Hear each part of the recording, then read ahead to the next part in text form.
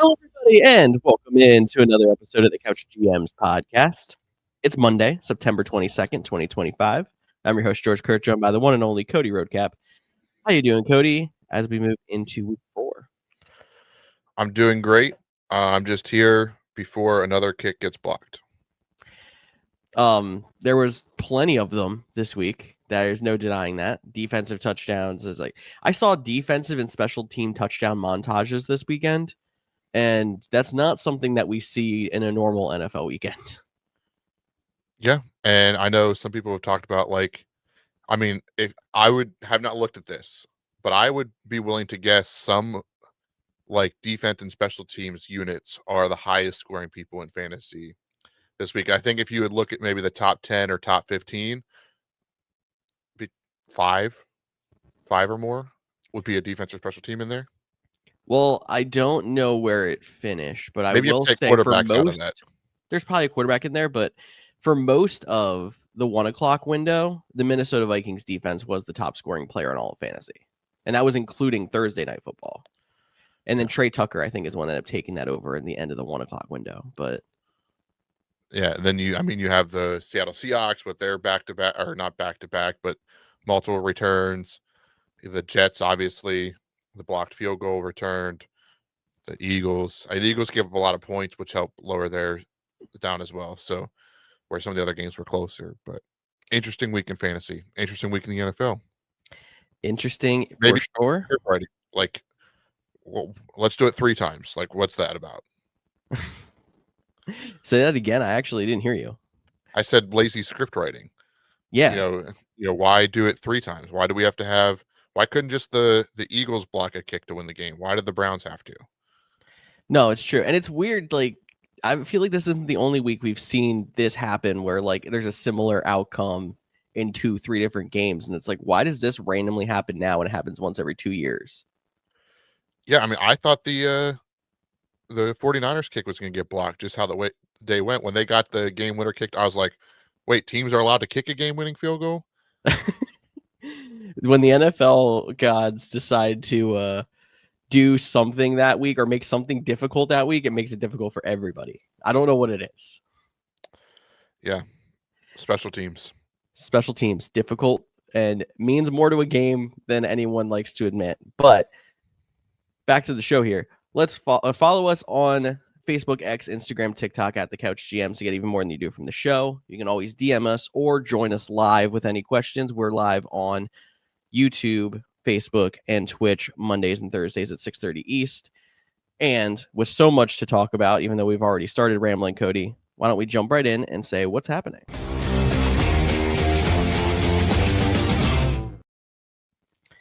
Interesting nugget that came from Monday press conferences. Giants head coach Brian Daboll left the door open for a quarterback change as he was very non-committal about who's going to start for them in week 4. And of course, everyone starts jumping on the Jackson Dart is going to start, but I think you're going to be one of the first people that's like, it's probably going to be Jameis Winston, isn't it? I mean, I think if they're making a change, it has to be for Jackson Dart. But I'd love it if it was Jameis. We missed some Jameis so far this year, honestly. I want to see some Jameis in there too, but it would make sense for them to go to Jackson Dart unless they really don't think he's ready. But I feel like we've seen him just kind of pop it into games lately, and they keep putting him in the spotlight a little bit. So I wonder if it is a move that's going to be made soon.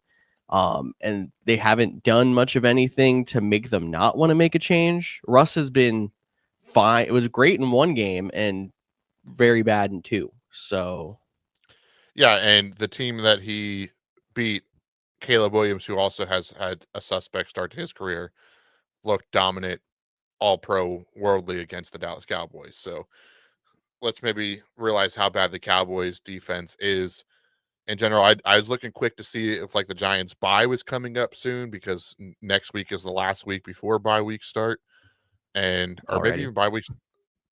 I think we get through 4. I don't think there's any week 4 buys, but sometimes there might be. no, I think it's 5. We got international games, so we can talk about that on the Thursday show. But the Giants had the week 14 bye, so it's not even like they're going to hold out and give him the extra rest. I didn't get to watch too much of the game last night. I don't know how much of that we're going to bring Jackson Dart in for some run plays they did against the Cowboys, or if that was more of a 1 week thing. But yeah, I think the Giants should be looking to make a move. But I don't think it'll be this week. I think they're going to start Russell Wilson against the Chargers, a game that they're not expected to win, and maybe get Jackson Dart that start in Week 5 against the Saints. Although it will be on the road, it is on paper a more manageable game. I mean, as we saw on Sunday, any given Sunday, any team can win. But I think if you hold him for Week 5 against the Saints on the road, then bring him home against the Eagles. But I mean, they have a gauntlet schedule outside of the Saints. It's Eagles, Broncos, Eagles again, 49ers. And so, like, if you told me this team was 0-9 heading into their Week 10 matchup against the Chicago Bears, I would not be too shocked. It's true. And I mean, I guess it does make sense to try to give him a soft landing against the Saints, but no matter what, you're giving him max 1 week and then he's jumping right into the fire. And there's not really a good place to put in a rookie quarterback when you're doing it in this way anyway, because you're saying you're doing it with a subpar team, and you probably are rushing it because you don't have the answer outside of him. So as much as like they can stick with Russ and kind of let him sit there, the only reason that they should do that, if they're realizing very early that they're not going to be in the playoff race, is because they really truly don't think he's ready, and they don't want to hurt his growth by putting him in there to basically get beat up. I would think, though, that conversation has to come from ownership. Because, like, if I'm Brian Daboll, or heck, if I'm even the GM, you have to think, if you don't do something now, you might not even make the whole season, or at least are getting let go at the end of the season. I know that's crazy talk. We're still in September for the NFL football season. We're talking about guys losing their jobs, but Brian Daboll has, they've started 0-3 multiple years in a row. Like, this team has struggled, and like almost as like a last ditch effort. Hey, maybe if we can turn it around and get a couple wins with Jackson Dart, that buys him 1 more year or something like that. And I know you think these guys are always thinking about their coach, the team first, what's best for the team, blah, blah, blah, but they're thinking about what's best for themselves as well. Yeah, no, that's very true. And we've seen people make desperate moves that maybe aren't the best for the team because of them trying to save their job for another year, because it's just the way of the NFL where you have a head coach or a GM that goes out there and tries to implement their plan or plays a slow game. But by the time that they get to being a competitive team, they are out of there and the next coach or GM gets all that credit. So we'll see what happens with the Giants. We'll keep you updated. Probably Thursday we'll know more, whether it's going to be Russ or Dart or even Winston in Week 4. And then we'll have to talk more about it then. Moving on to injuries, I guess we should stick with the Giants to start, where they lost running back Tyrone Tracy to a dislocated shoulder on that same Sunday night game. He's going to miss time, and Scattaboo looked pretty good. So maybe somebody we can find to put in some lineups after a pretty bad running back, injury Week 3. Yeah, man, that's up for you guys. I just read you their next 5 matchups. Like, the Giants still are going to struggle to score points. Yeah, the opportunity might be there just because there is no Tyrone Tracy, but Scattaboo isn't the big play breaker that Tracy was. He's more of that goal line, hard yard, tough. I mean, all locker room, all character guy will give 120% every play, but I don't know if that translates to fantasy points. So maybe pick him up, but it's not a guy I'm trying to put in my lineup for sure. He's probably still owned a lot of places too. So maybe it's not even pick him up, but I think volume breeds fantasy points, and that's kind of where we're going to be at in this situation. And I don't know if he's going to keep getting volume once Tracy is back. We're not sure how many weeks he's going to miss, if he's going to go on IR yet, but at least for the time being, volume means at least a shot in your lineup. For sure.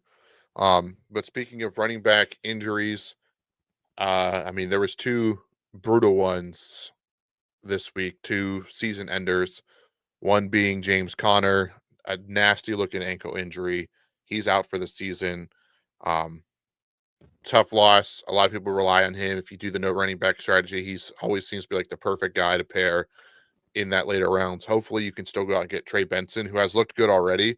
And now with more work and more opportunity, you have to think that'll be good for Trey Benson. Oh, it's going to be good for Trey Benson for sure. And he's looked decent in the work that he's gotten this year. He's been more active, obviously, than we expected him to be this season. But it's interesting to me. He's only 14% owned in NFL.com leagues. So he's pretty widely available. But everywhere that Cody and I play together, at least in leagues, he's already owned. So I'm interested to see out there like, how many people play in active leagues and he's already snatched up because he had shown more of a workload than we expected in the first few weeks. But he's a starting running back that's coming out on the waiver wire that, you know, is probably our first shot at like, maybe this is the guy you should dump a lot of fab onto.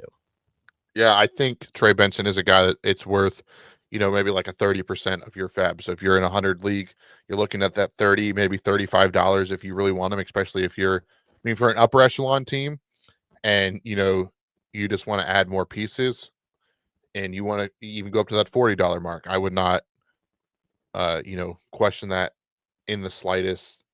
But yeah, Trey Benson, I was trying to look real quick to see. So in like sleeper, he is rostered in 58.9% of leagues. So again, check your platform on, who's available. And, maybe even a guy like Omarion Hampton after a couple slow weeks might be dropped in some leagues. Probably not likely because of where he was drafted.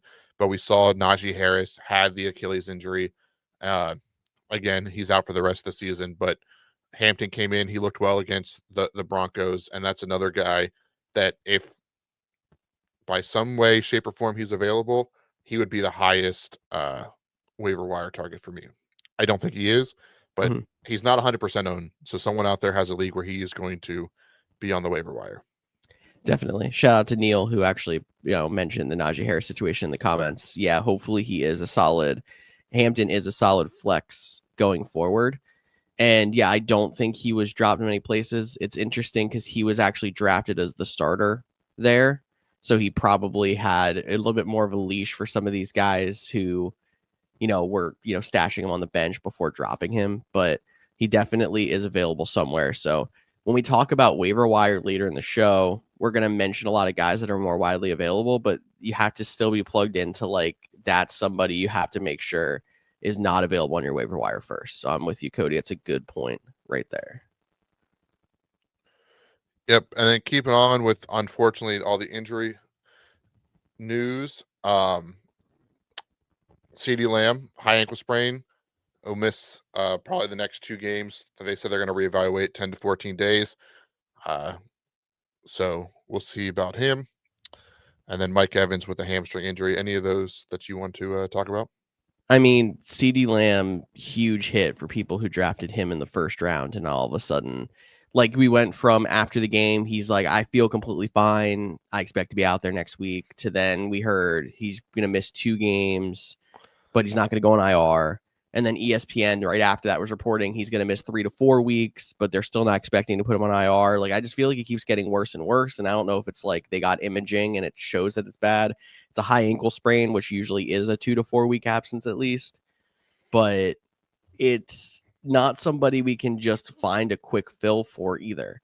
You have to think that it gives George Pickens a boost because he's going to be wide receiver 1 there now, but he's someone who's owned everywhere and is even potentially a starter on a lot of teams. So there's not really that guy you can just add and throw in that spot. Yeah, for sure. But I mean, like you said, there's not many people to add. Like I'm not telling you to go out and add like Jalen Tolbert or anything like that. But I do think we might see a thing for Pickens to increase. But before we get to the next injury, do you want to do some fan questions that are coming in? Yes. All right. So over on Twitch, which thank you for checking us out there. And he did clarify. So he said, I was wondering what you guys think about waiver for Trey Tucker and for, and Shaheed. So I take that as, picking up Trey Tucker, dropping Rashid Shaheed. I know we're going to do waiver wires later in the show, but since you asked it, I wanted to get it to you in case you got somewhere else to be. but we hope you stick around. But yeah, I would do that. I know he's going to be a hot commodity after the 40-point performance, the 3 touchdowns. Can't expect that in most weeks. He did have a dud last week, having less than 5 points. But I still think if you're swapping Trey Tucker out for Rashid Shaheed, that makes a ton of sense. I love my camera. Sorry about that. No, yeah, I love Rashid Shaheed. I never really had any stock in him this year because of him not having the quarterback. So I think it's a no-brainer for me being able to pick up Trey Tucker, who I'll talk more about later, but actually has been more involved than we've noticed so far. For someone like Rashid Shaheed, who you're kind of just hoping worked his way more into the offense or their quarterback play got better.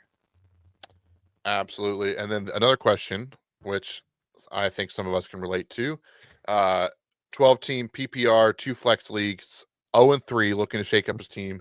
He has Ken Walker, Bill, and RJ Harvey as his running backs, but he has Ricky Pearsall and Quentin Johnston on his bench.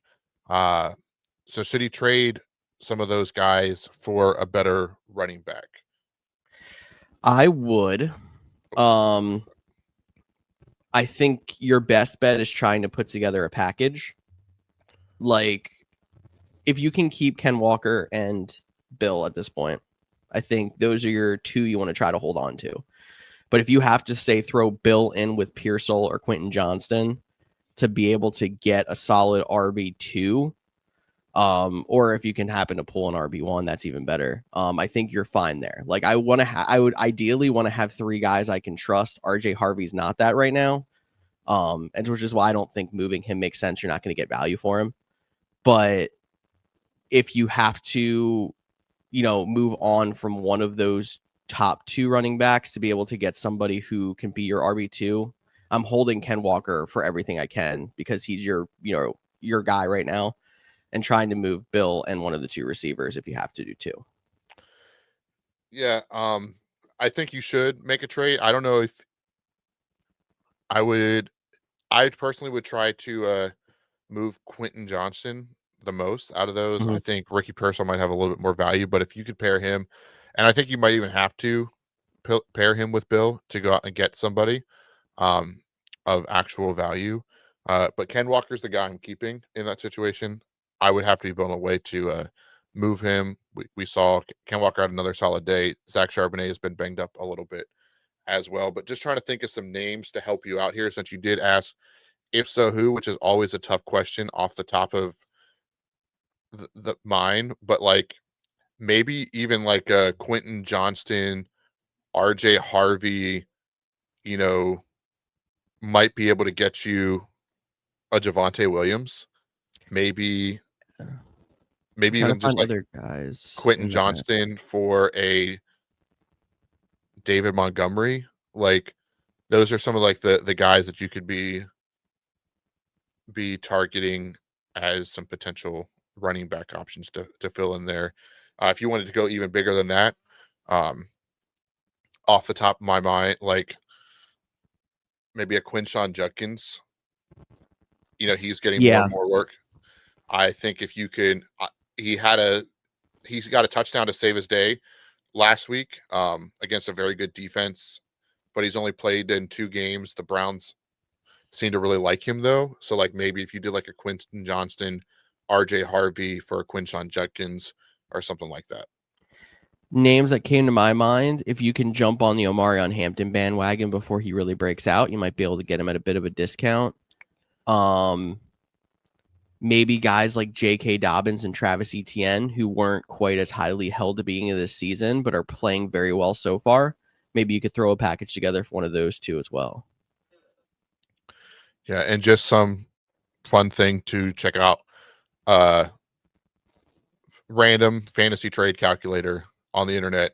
Quentin Johnston, Bill, also known as Ja'Cory Krosky Merritt, for Quinshon Judkins. According to this, fantasycalc.com, not a sponsor, but you can look at it yourself if you want to.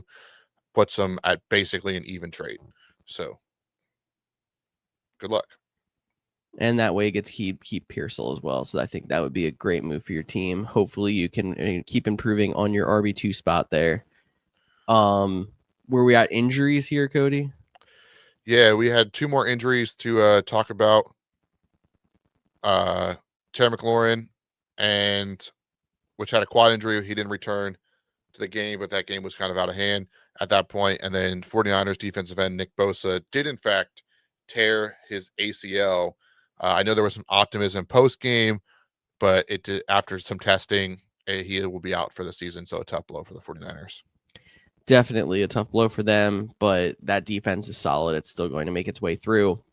I'm personally not worried about the McLaurin injury right now because I think there's a chance he would have came back if they were in the game or if they were in a close game, but they were dominating that game. So that's why they held him out. I will update that one on Thursday, but I don't expect too much coming out of that. Yep, and just a quick clarity from Mark over on YouTube. He actually traded away Hampton for Ken Walker a few days ago, but having buyer's remorse after injuries.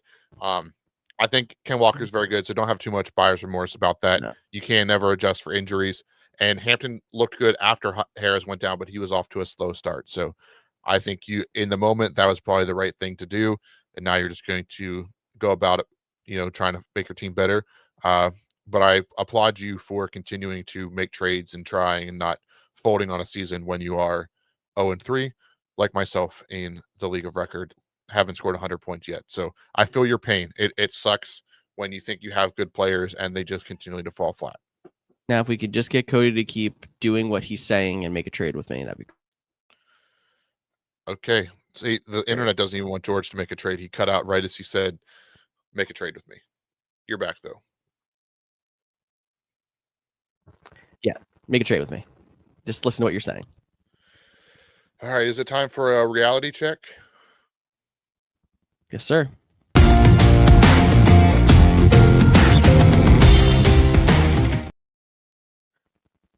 All right, Cody. So this is our segment every week where we go through questions regarding what happened the week prior, and you and I can kind of break down where the state of the NFL is at this moment. I want to start with the Atlanta Falcons this time because there were even people in our Survivor League that took the Atlanta Falcons to beat the Carolina Panthers, and they got destroyed. It was they got shut out. Penix got benched for Kirk Cousins at the end of that game. That's how ugly it got. And I want to throw back to a question we had in the preseason that kind of has a trickle down effect to other members of fantasy. Are we concerned about Michael Penix? I will apologize out there to our listeners. I know we took some heat from it, but I know I was hey, you got to play Michael Penix as a stream of the week last week. And boy, did I fall flat on my face, get up and fall down again with that performance. So yeah, I'm concerned about Michael Penix. I still think there is slight potential for the comeback with, Drake London. I think he's still a very talented guy. Maybe a Kirk Cousins would do well for him. Maybe this will be very similar to what we saw last year with the Carolina Panthers. Hey, we're going to actually bench Bryce Young for a couple weeks, let him regroup, resettle, and then he's going to bring back and have a strong second half of the season. You have Kirk Cousins there. You didn't trade him. It makes a ton of sense to do that. But I am very close to being on the brink of fire sale in Atlanta. Yeah, Both fantasy and team in general. Well, I was going to ask you fantasy after that, so that's good to know. I mean, with the team, it's like we already played it interesting enough when they decided to sign Kirk to the big deal and then still draft Michael Penix in the draft when they did in the first round. And they needed defense and everything else. So the way that they built that team was already not the traditional way of trying to rebuild a rebuilding team. But when Penix, then who you put that much into, is looking like he might be a flop, even if you go back to Kirk, you don't really have what you need around him to be successful. So I'm concerned about Penix. I'm debating trading some of my Falcons pieces. I think the one that might be safe is Bijan Robinson and if you can get the value out of him, keep him. I mean, trade him, but otherwise I'm keeping him because he has the upside. But like Drake London, Kyle Pitts, not as much. He's a tight end. You're going to get decent value out of a tight end just because there's not that much value at that position. But Drake London being the big one, it's very concerning, and I don't know what kind of value you can get out of him after he had such a slow start. Yeah, I mean, it has been a little bit of a slow start for him in the Falcons in general. I tend to believe that it would make sense for I really think they should consider sitting him down for a couple weeks and playing guys like Kirk Cousins. I know it did break. I didn't hit the bumper. They did fire their wide receivers coach, and their quarterbacks coach is also not going to be the wide receivers coach for the rest of the season. So that's worth mentioning. They're shaking some things up there, trying to get this offense going. But yeah, I'm concerned about Michael Penix. I'm concerned about the Falcons. And Drake London will bounce back. Bijan Robinson's safe. Kyle Pitts is another guy. But like the outsider guys, your Darnell Mooney, until something changes, like I don't love trying to, stream him, flex him in any given week. If Tyler Algier not playing that game, it's not a 2 running back system that I support playing both running backs on a given week. So it's kind The of only thing I'll argue about keeping Algier on a roster is, I mean, if you have Bijan, he's a handcuff. If you don't, he's one snap away from being in there. And when a roster, sure. In a year that we're struggling to find running backs on the waiver wire, that's why he's been so owned, or like even just thrown on the end of like hey, add him on the waiver wire because there's no one else. So you might as well take a shot. No, I agree with he can be on your roster. I was just saying more of like trusting in a lineup, even in a pinch. Like, I feel like there's still a better option. That one, you're just much more of like a hold and wait and see. Yeah, he's insurance policy right now, and that's about it. But anyway, yeah, concerned about Michael Penix, about the Falcons. Maybe you and I'll have to think about a little bit more about how we want to attack the Falcons going into Thursday, and see if we can come up with some more ideas on like who you start and who you don't, and how kind of value you can get out of some of those guys. They play on Thursday? No. Oh. On our show. I was wondering if they were the Thursday night game. I was like, okay, they're not starting Michael Penix, or they're going to still start Michael Penix at that point. I mean, I know Kirk's a veteran, but they're not going to do it on a short week. No, they do not play Thursday. I'd have to look and see who plays Thursday, but I know it's not them. Yeah. All right. You ready for the next question? Seahawks Cardinals is who plays Thursday. You're welcome. Yes. Moving on to the next question. A team that we both had projected to win their division is 0-3. Are the Houston Texans going to miss the playoffs? Yes.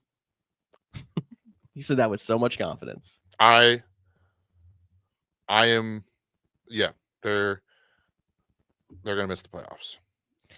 It's crazy to me how much it's changed over 3 weeks. They just look dead in the water. You think, and I emphasize think, they're going to get their first win this week against the Tennessee Titans. And how impressive do you really feel that is? But after that, they have the Baltimore Ravens, then a bye week, followed by the Seahawks, 49ers, Broncos, Jags again, Titans, Bills, Colts, Chiefs, Cardinals, Raiders, Chargers, Colts. I'm ready to say they're not winning 5 games. I was going to say I could see 4 or 5 wins there. I mean, they're not winning more than 5 games. Texans, I think, are going to win 5 games this year. Once they lost to the Jaguars, I was like, major red flags. And that's obviously what just happened this past week. But they didn't look good before that either. Like, it wasn't like they lost a close game. Like, they still struggled to score. They still struggled to move the ball. CJ Stroud has continued to look worse and worse from his rookie year. And I'm a big CJ Stroud guy. I said I would take him over Bryce Young. I still think that's the right thing to do. But there's definitely some question marks. They need to get the run game going. I don't know, like, maybe if Mixon comes back, they can kind of turn this thing around.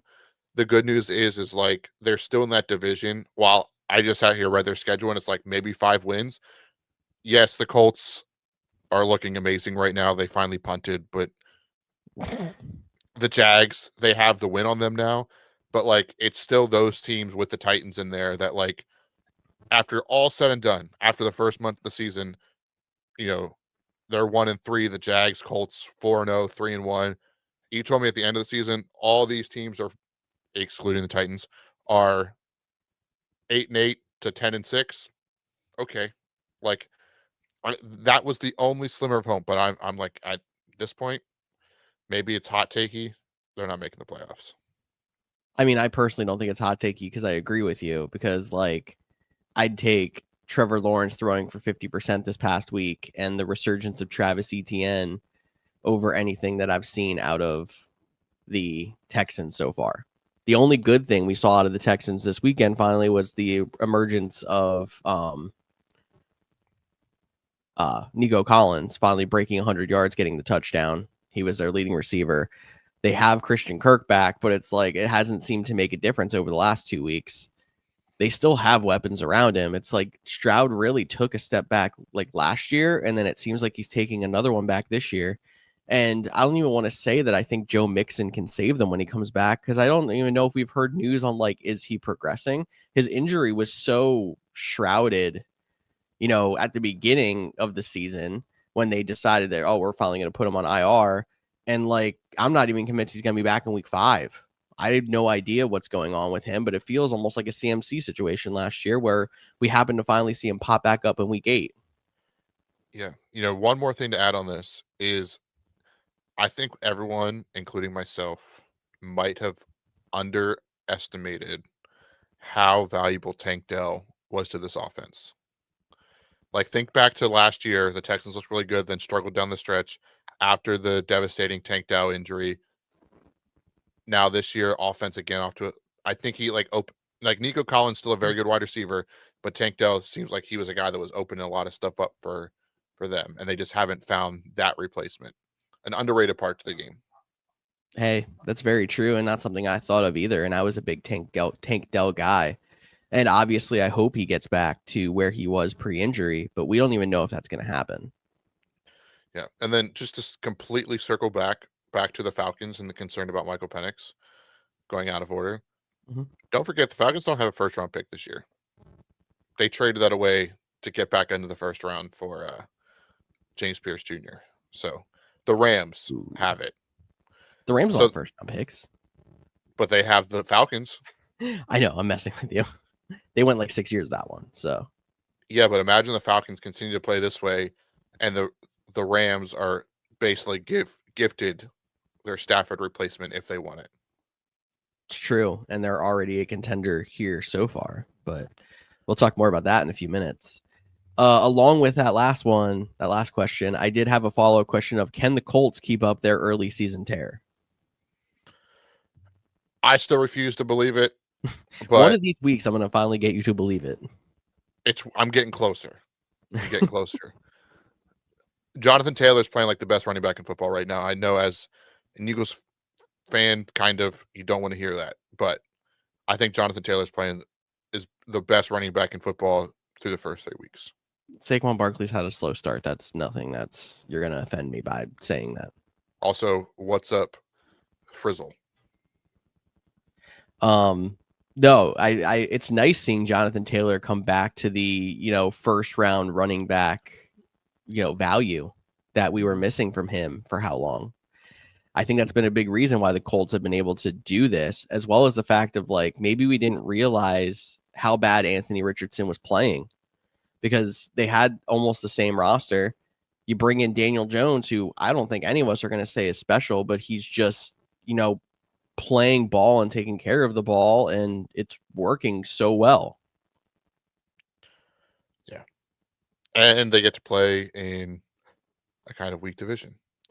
I still think a lot of this talk would be a lot different if they didn't have the dumb leaping penalty and they weren't undefeated and the Broncos would have beat them. I still feel like the dynamic around this team would be different. Oh, you lost the Broncos, but you beat the Titans and the Jags. Is that who they beat in week 1? I don't remember. I have to go back and look. Yeah, but like it wasn't like oh wow. Or it was the Dolphins. Oh, and then Dolphins have been right. Yeah. So if you told me you're 2-1, but you beat the Titans and the Dolphins, but lost the Broncos, like that's where I need to see them beat one more upper echelon team for me to fully buy in. Even them hanging with the Broncos how they did and giving themselves a chance to win has to be something you give them credit for. But I get exactly what you're saying too, how 3-0 looks so much more glorious than 2-1. So I'll keep revisiting this question every week that they keep winning, and eventually I'll get Cody to say, you know what? I guess it finally is time. Yep. All right. You have on here, will the Bengals even be in the playoff chase when Burrow gets back? Again, a Probably follow-up not. question from last week, but with how bad they played this week, I felt like I had to bring it back up. Probably not. I mean, we talked last week. It's going to be tough for them to be in the with. I mean, it doesn't help that they got blown out. We don't know the results of the Ravens, but the Browns won, the Steelers won, the Ravens win. They're the only team that didn't win this week in their division. It's already a tough sell in the AFC. So, that, but this could just be September Bengals we know and love, and then come October, November, and December, and they get Joe Burrow back, they're fighting for the doorstep. I'm not ready to rule them out because I think they can fight for a wild card spot, especially with 7 teams. But that was ugly. It was ugly. They played a decent team, but they played a decent team who's kind of been struggling also. And with a backup quarterback, I mean, a lot of the damage was done by the Vikings defense, not necessarily Carson Wentz, but still, like the biggest thing that I'm worried about is how the Bengals weren't taking care of the ball. And if you're going to be a team that we already expect to have a subpar defense and was going to be carried by the offense, that's the one thing you can't do. And that's the one thing we're relying on Joe Burrow to do is take care of the ball and make sure you almost take care of the defense while you're trying to win the game. And the more I look at it, and after I saw that tape last week, I have no faith that they're going to still be in the playoff chase when Burrow gets back in probably mid to late December. Yeah, you ready to move to the next one? I am. So, tale of two halves in the Eagles-Rams game. In the first half, the Eagles kept playing like they were in the beginning of the season. Rams came out to a big lead. As soon as the Eagles seemed to let Jalen Hurts throw the ball, everything came back, and the Eagles came back to win that game. Should the Eagles keep playing more aggressive on offense or stick with their conservative approach that got them the Super Bowl last year? Yeah, I mean, I think they need to find a happy medium. Like, I still don't think your best way forward is throwing the ball 30 times with Jalen Hurts. Like, I think he would tell you, like, that's not his strength isn't that. He's a great player, good, play action guy, good moving around the pocket, and he's shown in big moments he can bring them back. But I don't think you want to live or die by that, especially with that offensive line with Saquon Barkley there. I mean, you have great weapons too. So like that's another reason. It's not like he's throwing to an empty cupboard of I mean, the Eagles are one of the deepest offenses in general. I do wonder how much of that game is 2 things. One, the drastic lead, and like, did the Rams get too conservative? And so they're like, "Oh, it's be hard for them to come back," and then they did. And similar to what we're talking about, I talked about with like the Colts, if Jordan Davis doesn't block the kick, and I know you can't live in hindsight and stuff like that. Like, are you still excited about the comeback? You ultimate loss, or like does that play, you know, put everything behind you and it's like good win? I don't know. That's in a different multiverse timeline we would get to experience that, but that they won, and I will say that about the Eagles. They find a way to win games. Mhm. And until they stop finding ways to win games, I think you have to, play a full 60-minute game against them. And I think they've shown that they can beat you on the ground, through the air. They have the weapons. Their defense still has some question marks. They're not as good yet as they were last year. Can they get there? Sure. But they still have some question marks on the defensive side of the ball. Agreed. And I think the biggest thing that I took out of this was that the offense has the ability to pass for more than 200, 250 yards. Like, I wasn't sure that was even the case after you saw them struggle against Dallas, and then the Giants of all teams lit them up and Russ threw for 400. Like, I mean, I still think that Giants game or that Cowboys game, looks a whole lot different. They don't have that hour and a half lightning delay. I mean, the defense was letting the Cowboys score a ton of points too, but the offense had no problem moving the ball until after the lightning delay. And then the other end of this is like we were getting to the point where like Devontae Smith definitely wasn't startable, and AJ Brown was going to start getting to that point. And now we had seen both of them in that passing game break out this week. And I hope for fantasy's sake, as well as, being an Eagles fan, that they find that happy medium. And even if Hurts is throwing for 175 a week, that's at least going to make one or both of those receivers viable in fantasy, as opposed to when he was throwing for 90 and then taking a kneel down with a win against the Chiefs, as Chris Jones was saying, you didn't even throw for 100 yards. Yeah, I just go back to like not chasing those. Obviously, you're still playing AJ Brown. Like you drafted him to play him in your lineup, right? Devonta Smith, you're probably still going to play him out there. But I don't know how many times the Eagles are going to be down 19 points that forces them to be this aggressive. So I think that's like the double-edged sword of this whole thing. Like I think they're happy winning 20-10, running the ball 30 times and condensing the game to 2.5 hours. Like I think they're completely content with doing that. That's how their offensive line's built. They have Saquon to do that. So I'm not convinced that this one game of them being down by 19 points. I mean, heck, even didn't like Jalen Hurt have like negative passing yards or like very little in the first half? Like Yep. It was like all second half. So like even that first half scares you a little bit. Exactly. And that's, the big thing is when you saw that they had to pass the ball, they could. So the argument was like, should they focus more on passing the ball and being balanced instead of letting teams stack the box or do whatever they do to stop Saquon? All right, here's a fun one. Is Emeka Egbuka the offensive rookie of the year? I'm going to go out there and say yes. Like, so far, he's absolutely exceeded my expectations. I didn't expect him to even see this many looks being on the offense he was on. But now we're at the point where Mike Evans is probably going to miss, a couple of weeks with his hamstring. We haven't seen Chris Godwin back yet, but even if we do, I'm not worried about continuing to play him in fantasy and see him put output because he's been such a difference maker for the Bucs offense that he's carving out his role. And he didn't have the greatest week this week, and he still was solid. Led them to a win as a wide receiver one on that final drive, even though they did take away a catch from him that they just wouldn't review, even though Todd Bowles was begging them to and taking a timeout at the end of the game. I'm not going to crown him as the rookie of the year just yet. Off to a hot start, yes, but we're 3 weeks in. I think there's still a lot of talented rookies out there. Whether that's a Marion Hampton with now his increased workload on the Chargers, whether that's an Ashton Genty has a stronger breakout. I mean, I think you can rule out the quarterbacks. Like I don't think we're talking Cam Ward at this point, just because I mean he wasn't terrible on Sunday, but I don't think he's in that conversation to begin here.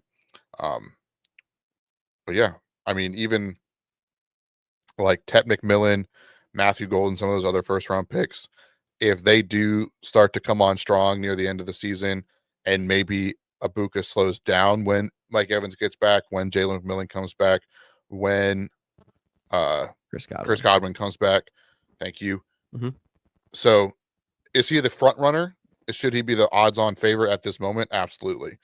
Is it still too early for me to say, yeah, he's got it locked up 3 weeks in? I think there's a lot of talented rookies out there that could make a name for themselves. Time will tell for Cody there. My next question was actually about somebody who's got a fan question about. So I'm going to bring in Bryce's question here. My question was, is it time to get whatever value you can for Ladd McConkey? Bryce's question, would you trade Pearsall, Genty, and Bill for Bucky and Ladd McConkey? Ricky, Genty, and Bill for Bucky and Ladd McConkey. I'm sticking with the Ricky, Genty, and Bill side of that trade myself. That one is actually I hear you. I know Ladd has been disappointing.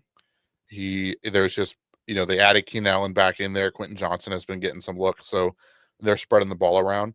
It isn't just Pepper, Ladd McConkey.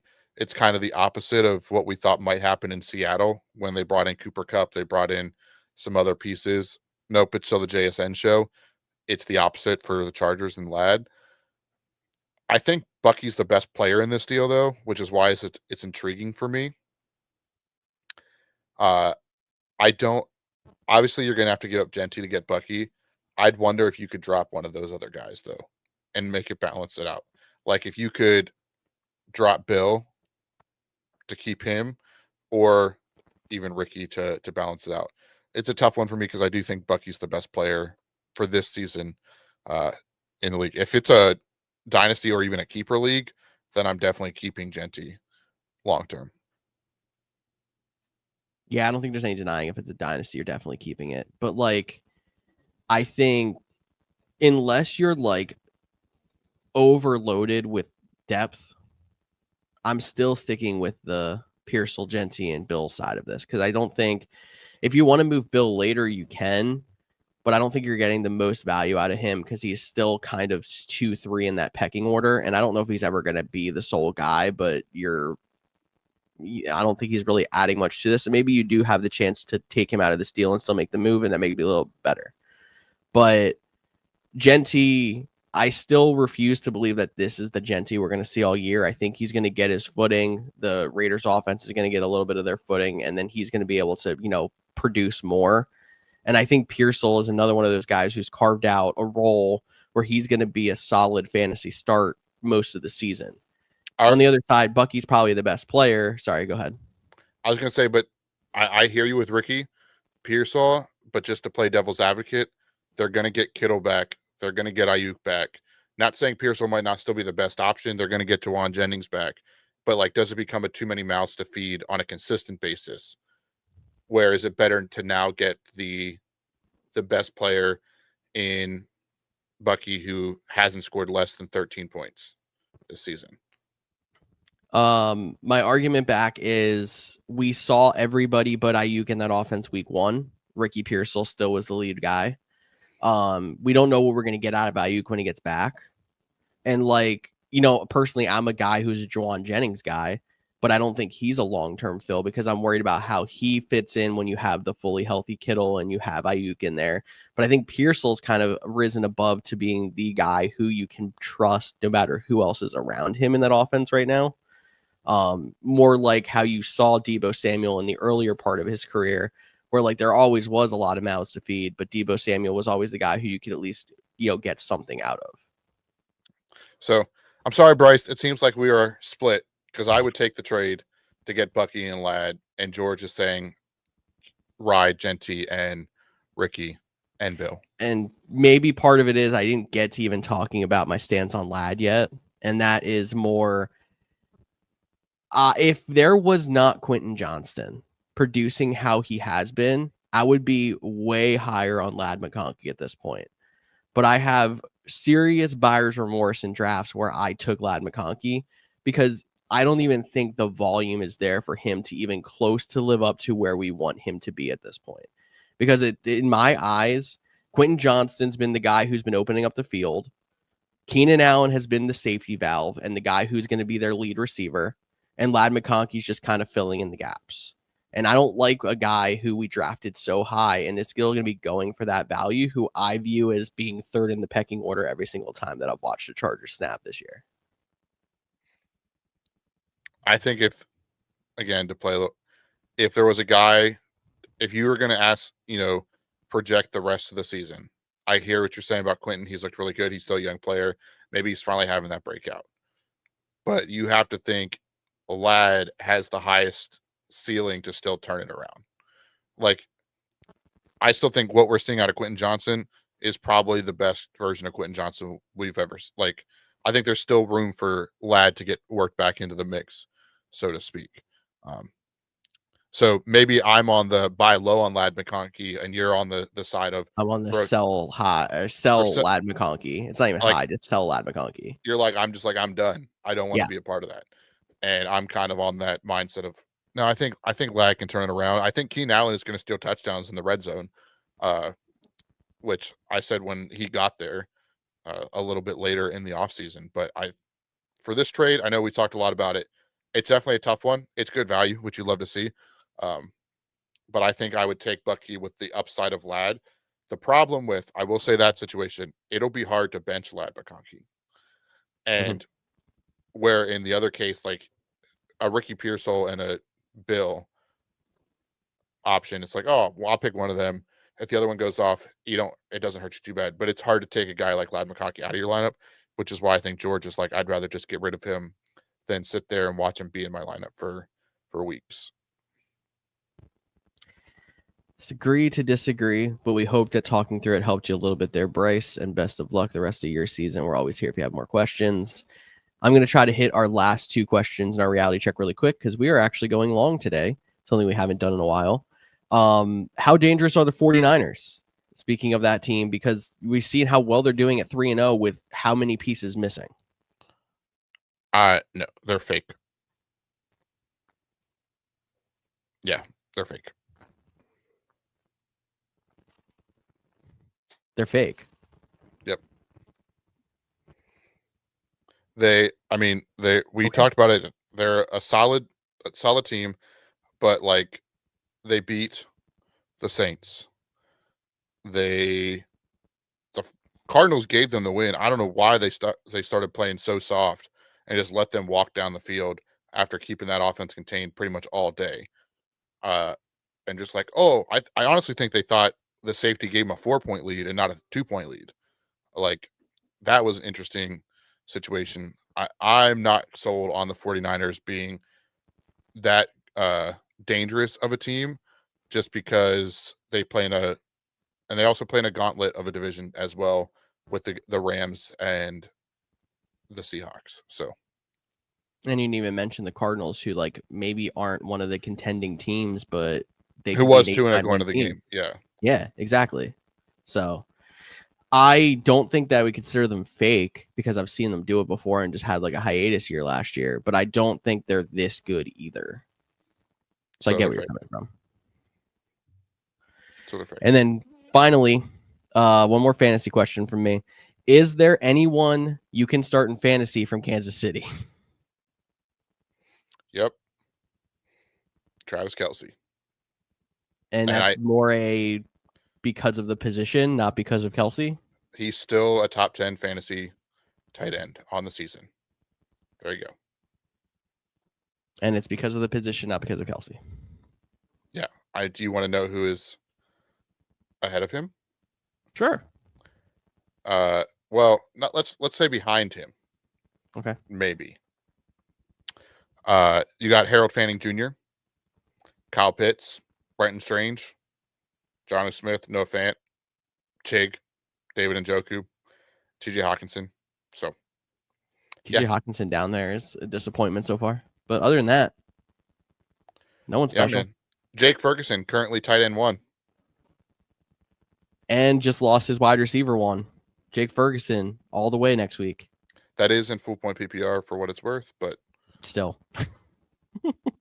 In half point PPR, it's Hunter Henry, just like we all thought. Because of 1 week. The tight end position is alive and well, everybody. That's all I can say. And with that, do you want to move on to the waiver wire, Cody? Yeah, I always forget. Do I got a bumper for this one? You do. Is it this one? Nope. Maybe this one. This one.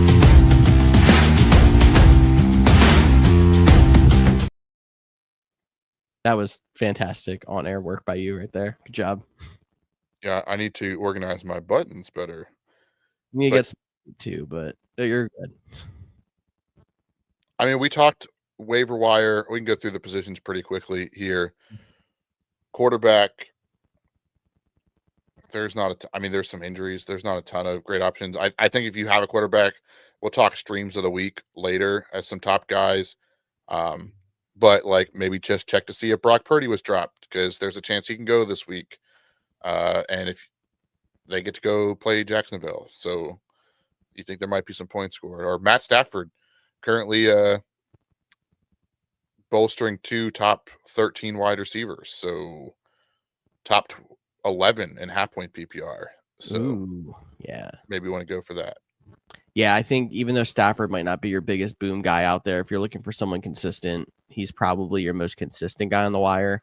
I threw Purdy on there also, like you said, because of him coming back from injury. And I think he's somebody who may be a better longer-term fix, but we have to wait and see. And I don't want to sound like a homer, especially how bad they played this past week, but Green Bay gets to play Dallas, who just let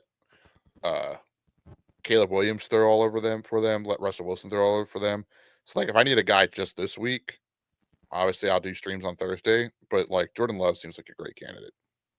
Very true. I like you throwing that in there. Going to running backs. Big man of the week, Trey Benson. We already kind of talked about him with the injury to James Conner. If he's available, needs to be owned, could be started. I threw Blake Corum on here because he's another backup who's gotten quite a bit of workload so far. Like, he's actually in a legitimate split with Kyron Williams now and performing pretty well. Ollie Gordon got a touchdown on Thursday night last week. He's somebody who is, again, a backup who you can have as a handcuff or an insurance policy. And then I threw on Tyjae Spears because he's somebody who's on the injured list who maybe stashed in a lot of leagues. He was drafted really late in some leagues, but if he's available, he was good at the end of last season for Tennessee. Offense that looks like it could use a spark. Maybe he's somebody you stash. Yeah, I agree with those. Trey Benson is the one that I would go spend the fab on. I will say be prepared for you to be disappointed if you spend $35 in fab.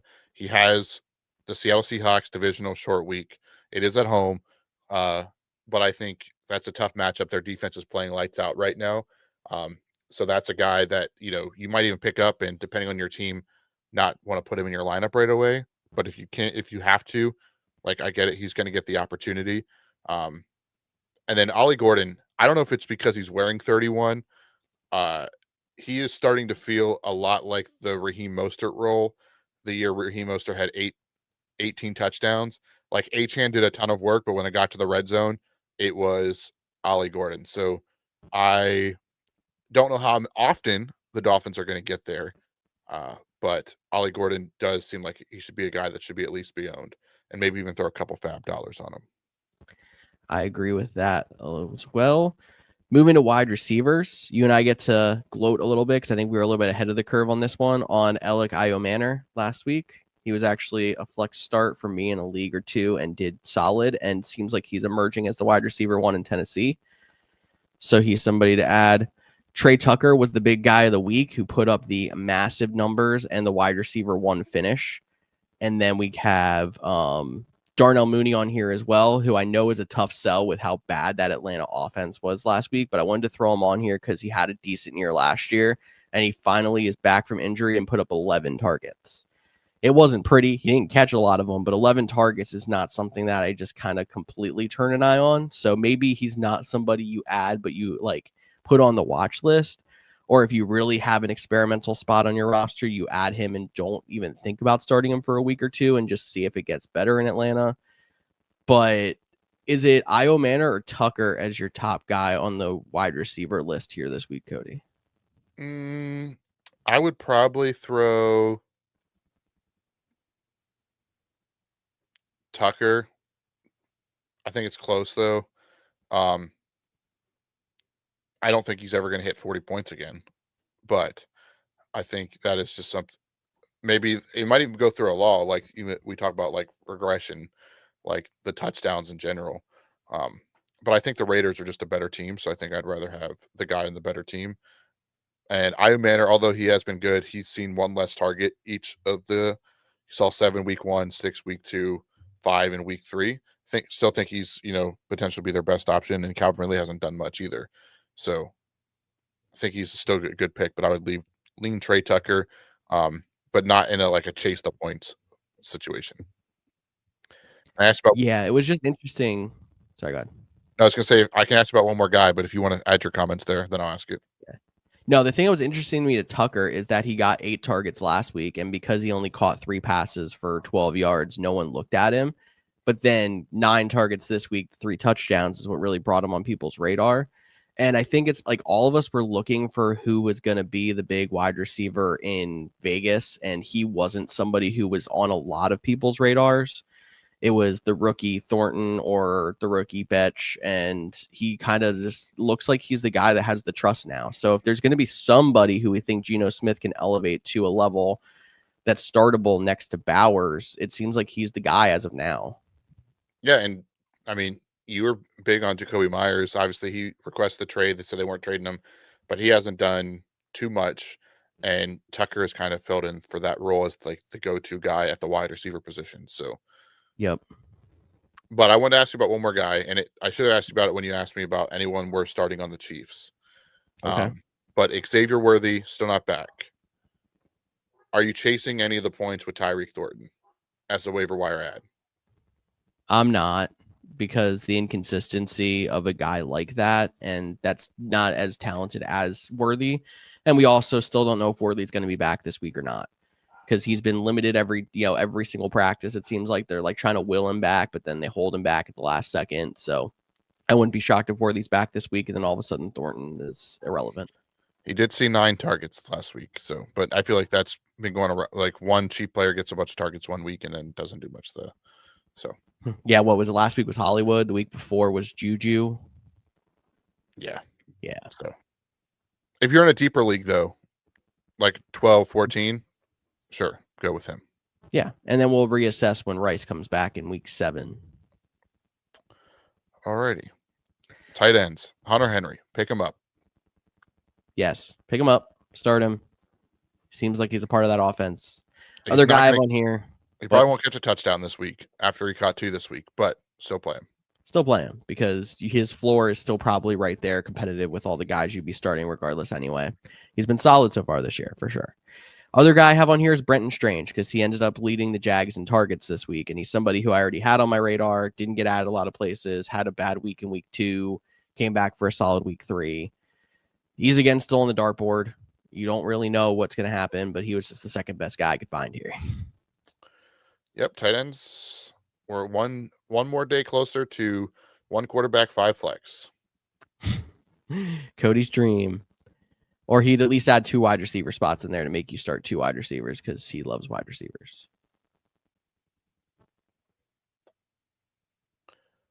All righty. Let's talk about this Monday Night Football game. Let's do it. We got a good one. Lions at Ravens. Detroit 4.5-point underdogs and a solid 53.5 over under. I mean, I guess let's start off with this game affecting any of your fantasy matchups that you know of. There's a lot of solid fantasy players I know that can affect a couple of my matchups tonight.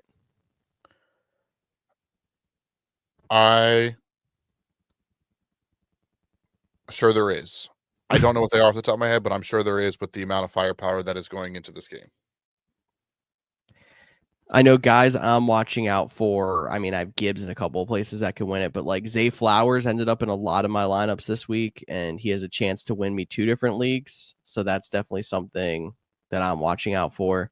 David Montgomery can affect me in a couple of places as well, but we look at this as the Lions, high-powered offense, bad defense. The Ravens have the high-powered offense, but we consider them having a good defense. But every time they get into a game like this, it feels like their defense just doesn't quite show up, and then we're in a shootout, and that's what the over-under suggests. Is that what you're expecting to tonight?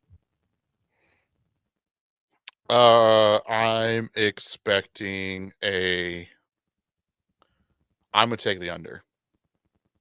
Oh, yeah. I feel like anytime we see one of these games that you expect to be back and forth, granted, I know the Ravens haven't scored less than 40 points all season, but I'm gonna take the under for that alone. okay. Well, a little bit. I know fantasy people don't want to hear that. They got high expectations, but no, I mean, honestly, I have 2 of my big leagues that I'm basically sitting idle and hoping not a lot of points get scored. So I like what you're saying, but I'm sure a lot of people don't. I'm also really intrigued to see which Lions we get. Was it the Lions that, against Green Bay, a more upper tier defense like the Baltimore Ravens, or the Lions against the Bears? Thank you. It's also in Baltimore, outside for Jared Goff, for what that's worth. The weather's nice. I hope that wouldn't affect him, but I know. I get it. People just love to give him a hard time about playing in a dome. I think he'll do just fine tonight, but I think this game is looking more like a 23-20, 24-21 kind of game, which has you right under the over-under at the under. Gotcha. Well, shout out to Wando on YouTube who said, is D-Hop going to keep catching touchdowns? This is what I want to know. That wasn't even going to be my question because they have that rookie wide receiver 3 who has 3 catches in his career and all of them are touchdowns so far. I'm trying to find his name really quick. Devontae Walker. He's a guy I want to see if he keeps that streak up.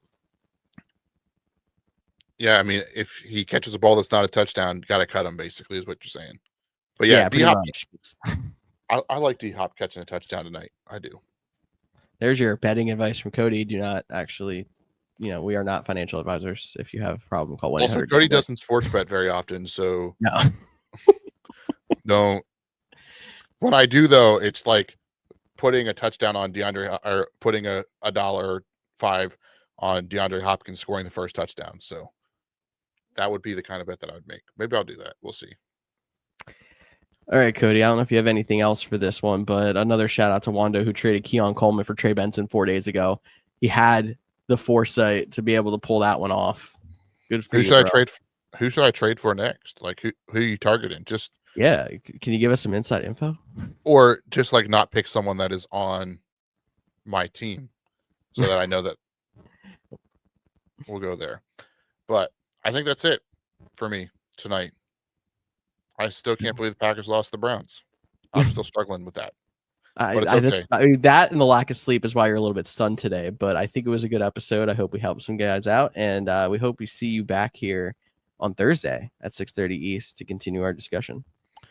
Absolutely, George. Yep. You had a good time.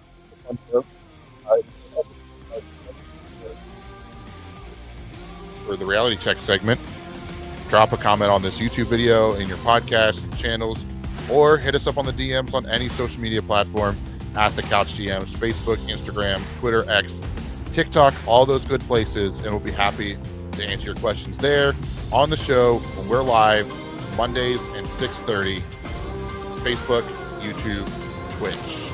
I'm Cody Roadcap. That's George Kurth, and we'll talk to you all on Thursday.